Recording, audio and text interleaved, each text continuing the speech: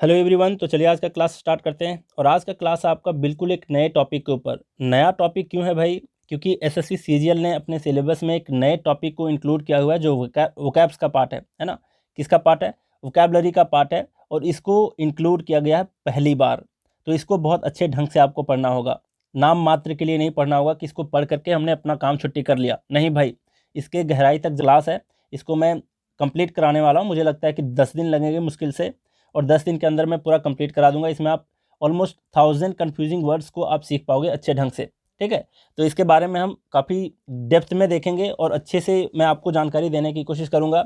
और देखना, इस बात की गारंटी मैं ले लेता हूं पहले क्लास में ही कि आप इस 1000 कन्फ्यूजिंग वर्ड्स को पढ़ोगे और होमोनिम से जो भी वर्ड्स पूछे जाएंगे आपके एग्जाम में, इससे बाहर एक भी वर्ड नहीं होगा। इस बात की गारंटी मैं लेता हूँ और कुछ सोच समझ करके ये बात मैं बोल रहा हूँ। ठीक है, आप ध्यान देना, बस पढ़ते जाना, अच्छे ढंग से पढ़ना। ज़रा देखो, ले रहा हूँ। दूसरी बात ये है कि 1000 में से आप 800 वर्ड पहले से जान रहे होगे, मतलब इसका मीनिंग आप पहले से जानते होगे। अगर कोई एवरेज स्टूडेंट होगा तो भी बहुत इजी वाले वर्ड्स होंगे। इसमें से 200 वर्ड्स ही ऐसे होंगे जो आप पहली बार सुन रहे होगे या फिर उसका मीनिंग आपको नहीं पता होगा। अब समझने वाली बात है कि सर मैं इस मतलब आप कैसे कह सकते हो कि यही जो 200 वर्ड्स हमारे लिए अननोन है, इसी में से क्वेश्चंस पूछे जाएंगे? नहीं भाई, क्वेश्चन आपके इससे भी पूछे जाएंगे, 800 से भी। समझ रहे हो? लेकिन उसके बावजूद भी उसका मीनिंग आप अपने लैंग्वेज में जानते होगे, उसके बावजूद भी आप उस क्वेश्चंस को गलत कर दोगे। पता है क्यों गलत करोगे? क्योंकि आप ये सारे वर्ड्स के मीनिंग आप अपने लैंग्वेज में जानते हो, इंग्लिश के दृष्टिकोण से नहीं जानते। मतलब उसका मीनिंग तो आप जानते हो लेकिन उसका यूजेस नहीं जानते। इसके डायरेक्टली मीनिंग नहीं पूछे जाएंगे, याद रखना इस चीज़ को। होमोनिम्स के डायरेक्टली मीनिंग नहीं पूछे जाएंगे आपके एग्जाम में।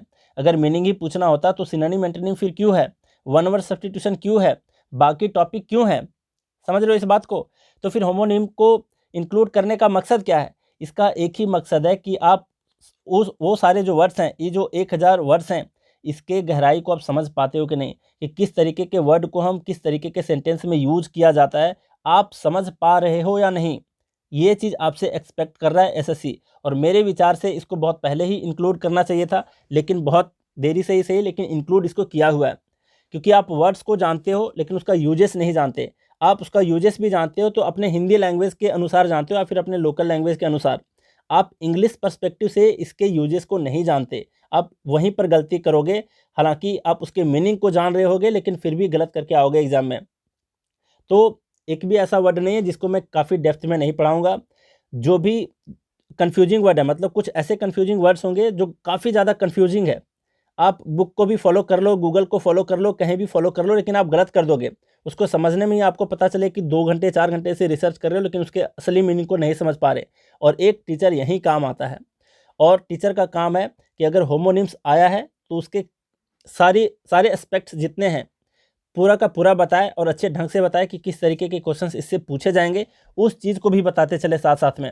ठीक है, तो एक मेरे तरफ से आपके लिए एक सजेशन है कि इस सीरीज़ को स्टार्ट करने से पहले इस इंट्रोडक्शन के क्लास में आप समझ लो कि जो भी वर्ड्स आप जानोगे, मतलब सीखोगे 1000 वर्ड्स इसमें, तो आपको वर्ड से ज़्यादा फोकस करना है इसके सेंटेंस के ऊपर। ध्यान से समझना, वर्ड के मीनिंग तो आप पहले से भी जान रहे होगे, लेकिन वर्ड से ज़्यादा इंपॉर्टेंट यहाँ पर क्या हो जाता है, इसके सेंटेंस। यहाँ पर जो मैं एग्जांपल दिया हूँ उसको, क्योंकि वर्ड को सिर्फ पूछना होता है एसएससी को, तो सिनोनिम एंटोनिम और वन वर्ड सब्स्टिट्यूशन एनफ था।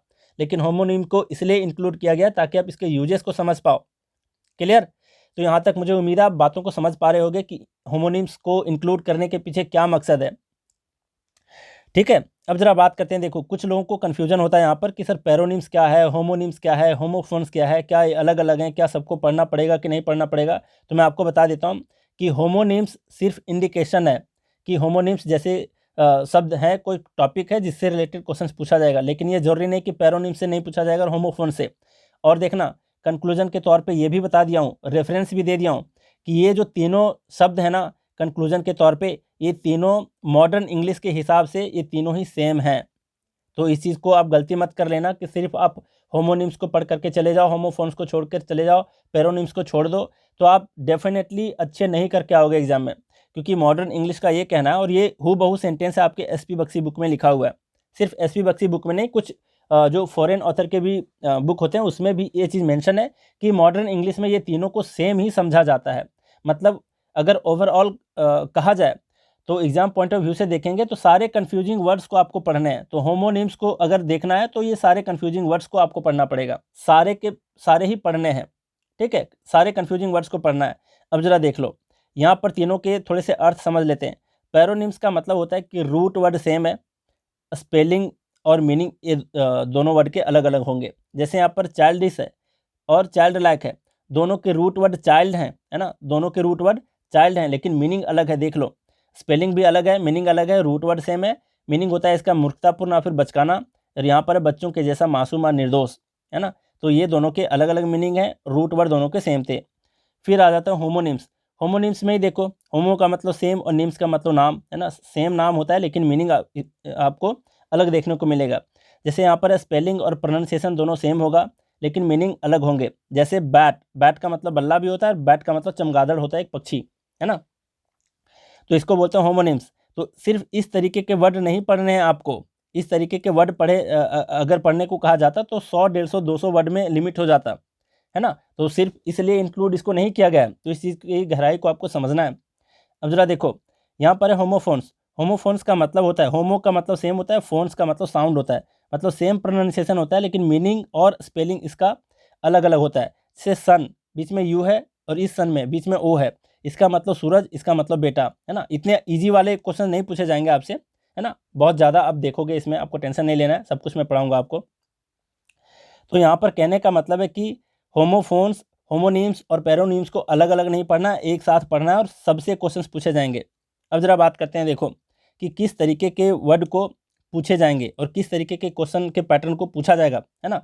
देखो, तो आपके एग्जाम में कॉमन एरर के रूप में पूछ ले, जहाँ पर आपको आइडेंटिफाई करना होगा उस वर्ड को कि यहाँ पर जो वर्ड का यूजेस हुआ है वो सही हुआ या फिर गलत। जैसे एसएससी सीजीएल के ही एग्जाम में कभी पूछा गया है कि डिनाय और रेफ्यूज, डिनाय और रेफ्यूज ही पूछा गया है किसी एग्जाम में, है ना, एसएससी के ही किसी एग्जाम में पूछा गया है, और उस सेंटेंस में यहाँ पर डिनाय दे रखा था लेकिन वहाँ पर डिनाय गलत था, वहाँ पर रेफ्यूज का इस्तेमाल होगा और वही एरर था उसमें। तो अगर देखा जाए डिनाय और रेफ्यूज को आप तो पहले से जानते हो कि इसका मतलब होता है इनकार कर देना, है ना, इनकार कर देना, मना कर देना, यही इसका मीनिंग होता है जो पहले से आप बचपन से पढ़ते आ रहे हो। डिक्शनरी में भी आप अपने लैंग्वेज के डिक्शनरी में, मान लो आप बंगाली हो, हिंदी जानते हो, मलयालम जानते हो, अपने लोकल लैंग्वेज के डिक्शनरी में देखोगे इसका सेम मीनिंग निकलेगा, इनकार करना। बात समझ रहे हो। लेकिन आप इसको हिंदी पर्सपेक्टिव से, मतलब अपने लोकल लैंग्वेज के पर्सपेक्टिव से दोनों को जानते हो, क्या इंग्लिश पर्सपेक्टिव से जानते हो कि इसका डिनाय और रिफ्यूज का मीनिंग क्या होता है। बात समझ रहे हो, मतलब मीनिंग तो आप जान जाओगे लेकिन इसका यूजेस जानना पड़ेगा आपको। अगर डिनाय और रिफ्यूज दोनों एक ही वर्ड होते, जैसे इनकार करना एक ही वर्ड है ना, तो क्यों ना ये दोनों के स्पेलिंग और मीनिंग सब कुछ सेम ही रखा जाता, फिर अलग अलग वर्ड क्यों बने। तो इंग्लिश का अपना अलग ही एक एस्पेक्ट होता है, हिंदी का एक अपना अलग ही है ना। तो आपको इंग्लिश दृष्टिकोण से इसको पढ़ना होगा आपसे शब्दों को, और ऑलमोस्ट आप 1000 वर्ड्स को पढ़ोगे, डेफिनेटली इससे बाहर कोई क्वेश्चन पूछा नहीं जाएगा, ठीक है। अब जरा देखो, यहाँ पर मैं आपके लिए कुछ होमवर्क रखा हूँ। कंक्लूजन में देख लो क्या यहाँ पर बताया हूँ कि एग्जाम पॉइंट ऑफ व्यू से आपको सारे कंफ्यूजिंग वर्ड्स को पढ़ना है, चाहे वो होमोनिम हो, होमोफोन हो, पैरोनिम्स हो, है ना। अब कहोगे कि सर कुछ कुछ आप वर्ड्स को बता दिए कि जिसके मीनिंग अलग हैं, जिसके मीनिंग सेम है, उसको क्या कहते हैं।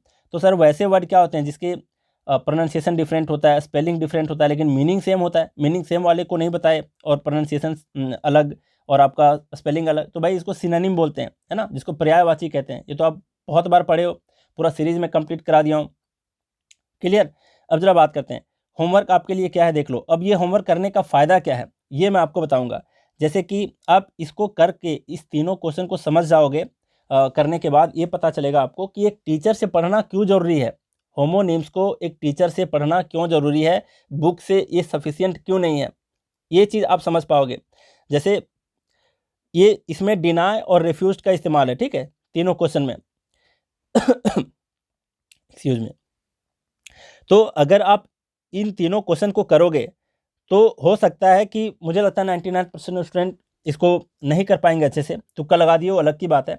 लेकिन मेरा यहाँ पर मकसद ये है कि आप जा करके चेक करो बुक में। मान लिया जाए आपके पास एसपी बख्शी का बुक है, उसमें होमोनिम्स का यूजेस दे रखा है, आप पढ़ के ज़रा समझ करके देखना, है ना, क्या आपको समझ में आते हैं ये दोनों वर्ड्स। तो फिर आप मुझे कमेंट करना यहाँ पर, ठीक है। हालांकि तीनों के आंसर आपको बताने हैं कमेंट में।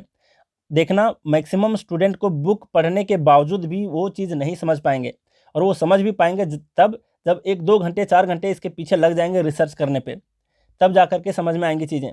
लेकिन आप एक-एक वर्ड 2-2 वर्ड के पीछे घंटों टाइम वेस्ट करोगे और फिर इन्वेस्ट करोगे, रिसर्च करोगे, तो बाकी टॉपिक पे कब ध्यान जाएगा आपका, कब करोगे? तो टीचर का काम यहीं पर सबसे ज़्यादा इम्पोर्टेंस रखता है ना? कि एक टीचर का काम होता है कि कम टाइम में अच्छे तरीके से बता दे। अब कोई ये मत कहना कि कम टाइम कहने का मतलब है कि सर 1000 वर्ड्स को आप 1-2 घंटे 3 घंटे में कंप्लीट करा दो, नहीं। इसकी गहराई को समझना है, बहुत सारे एग्जाम्पल्स को पढ़ना है, बहुत सारे क्वेश्चंस को करने हैं। जहाँ भी ग्रीन कलर के आपको जहाँ भी सेंटेंसेस दिख गए, समझना वो आपके लिए क्वेश्चन है, और उसको मैं सॉल्व करा रहा हूँगा यहाँ पे वीडियो में, ठीक है। तो आज इंट्रोडक्शन क्लास है ताकि आपको पता चले कि होमोनिम्स को क्यों इंक्लूड किया गया है।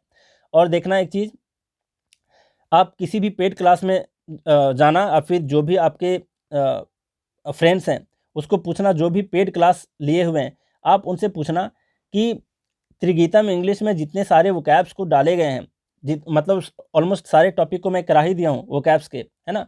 अब जाकर के किसी भी पेड स्टूडेंट को पूछना कि क्या आपके पेड क्लास में इतना कुछ मिला हुआ है, तो आपको पता चलेगा इस चैनल का इम्पोर्टेंस, ठीक है। तो आपको सारे वोकैब्स को भी पढ़ना है, ग्रामर भी कंप्लीट कराऊंगा, सारे टॉपिक कंप्लीट कराना है मुझे, और ये होमोनिम को मैं तो 10 दिन के अंदर सारा कुछ कंप्लीट करा दूंगा, ठीक है। बस पढ़ना आपका काम है, क्वेश्चन लगाना आपका काम है। इसके बेस्ड पर भी मैं ऑनलाइन टेस्ट क्रिएट करने वाला हूँ, सारे पर्सनल गाइडेंस स्टूडेंट को मिलेगा। अब ज़रा देखो, मैं आपको बताता हूँ, ठीक है। कुछ स्टूडेंट क्या करते हैं, कहते हैं कि सर पर्सनल गाइडेंस को भी फ्री कर दो। भाई ये ना मतलब काफ़ी चाइल्डिश लगता है सुन करके, इसलिए भी क्योंकि एक तो मैं पढ़ा देता हूँ, अच्छे कंटेंट दे देता हूँ, दूसरे में आप ये कहते हो कि सर मुझे फ़ोन पर और फिर मैसेज करके मेरे डाउट्स को क्लियर कर दो, है ना। मुझे टास्क भी दे दिया करो फ्री में, टेस्ट भी, ऑनलाइन टेस्ट जो भी क्रिएट करते हो आप फ्री में दे दो। भाई दुनिया में कौन ऐसा करता है? पूछने वाला भी मुझे लगता है कि थोड़ा-सा सेंसिबल नहीं है, और अगर कोई दे रहा है फ्री में तो ज़रा पता करो मार्केट में कि कोई दे रहा है क्या? इस तरीके से प्रिपरेशन मतलब पर्सनली लोगों से मैं इतना बता देता हूँ कि जितने भी मार्केट में टीचर हैं, आप देखना, कुछ टीचर ऐसे होंगे, आप फ़ोन पर बात करके देखना, वीक में 1 बार फ़ोन लगा लेना, है ना? आप उसको 15,000 20,000 भी रुपए दे दिए हो, उसके बावजूद भी उनसे बात करके देखना, महीने में 1 दिन बात करके देखना, और प्रत्येक महीने में 1 बार कर देना कॉल, और 15-15 मिनट उनका टाइम लेना, देखना कैसा रिएक्ट करेंगे वो। भाई कोई भी टीचर ऐसा नहीं होता है, और मैं तो समझो कि एक तरह से इस अनुरूप ढल गया हूँ कि स्टूडेंट से बात करता हूँ तो मुझे उल्टा मज़ा आता है ना? और मैं कभी बहाने नहीं करता कि आज मैं फ्री नहीं हूँ, और फिर फ्री हूँ तो मैं टालता नहीं लोगों को। जहाँ पर मुझे लगता है कि इनकी बातों को सुननी चाहिए, मैं फ़ोन करके या फिर आपके मैसेज को रिप्लाई करके ज़रूर रिस्पॉन्ड देता हूँ, ठीक है?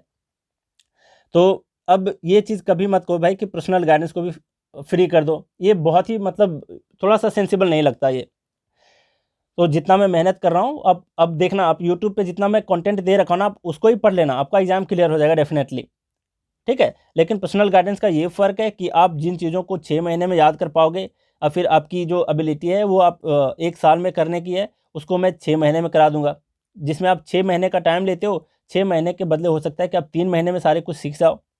तो ये इसका फ़ायदा होगा, क्योंकि आप मेरे से कनेक्टेड रहोगे, आप ट्रैक से भटकोगे नहीं, है ना? मेरा काम है कि आपको ट्रैक पे रखना और सही गाइडेंस देना कि भाई इससे ज़्यादा नहीं पढ़ना है, इससे कम नहीं पढ़ना है, कहाँ पे रिवीजन करना है, कब रिवीजन करना है, आपके परफॉर्मेंस के बेसिस पर मैं सब कुछ तय करूँगा, और आपको सही एक रास्ते पर ले करके चलूँगा। लेकिन आपका काम है कंसिस्टेंट रहना, ऐसा नहीं कि पैसे दे दिए और कंसिस्टेंसी को भूल गए, ठीक है? बाकी मेरे सारे कंटेंट फ्री हैं यूट्यूब पे, जितने सब के सब फ्री हैं। तो इस सीरीज़ को मैं पूरा कंप्लीट आपको बताने वाला हूँ। बस आपका काम क्या है, इन तीनों का आंसर बताना है, ठीक है? आप कमेंट करोगे इसका आंसर, और ऐसे बहुत सारे वर्ड हैं, सिर्फ़ यही दोनों नहीं है, इसलिए तो होमोनिम को इंक्लूड किया गया आपके सिलेबस में।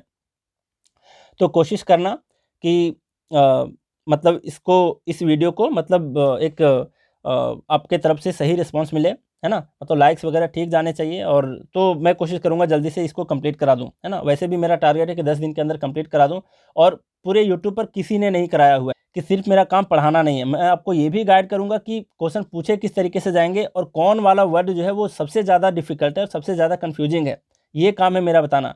आप गौर किए होंगे एक चीज़ को, जो पुराने स्टूडेंट हैं, एक वर्ड आया था स्पर करके, है ना? स्पर करके एक वर्ड आया था, और सिनोनिम एंटोनिम वाली सीरीज़ में स्पर को बताया, उसी के साथ मैं बताया था स्पर्न एक वर्ड है, एक स्प्यूरियस एक वर्ड था, है ना? एक और कोई वर्ड था स्प्यूरियस, है ना? एक और कोई वर्ड था इसी तरीके का करके।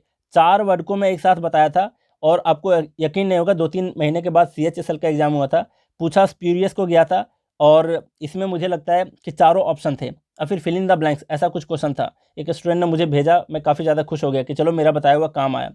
तो काफ़ी गहराई में बताऊँगा और सब अच्छे तरीके से बताऊँगा क्योंकि वोकैब के ऊपर मेरा अच्छा खासा कमांड है, ठीक है? तो आप इस चीज़ को बिलीव करके इस पूरी सीरीज़ को देखना, शेयर करना लोगों तक और मेरे पर ऊपर आप निर्भर रह सकते हो होमोनिम्स के लिए।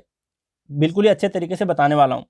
तो जितने सारे स्टूडेंट पूछे थे कि सर क्या इसमें डिफ़रेंस है, कितना पढ़ना है, कितना नहीं पढ़ना है, किसको छोड़ना है, आप अच्छे तरीके से समझ गए होंगे, मुझे पूरा उम्मीद है ना? यहाँ पर कंटेंट आपके लिए पूरा तैयार हो चुका है, आपको टेंशन नहीं लेना है।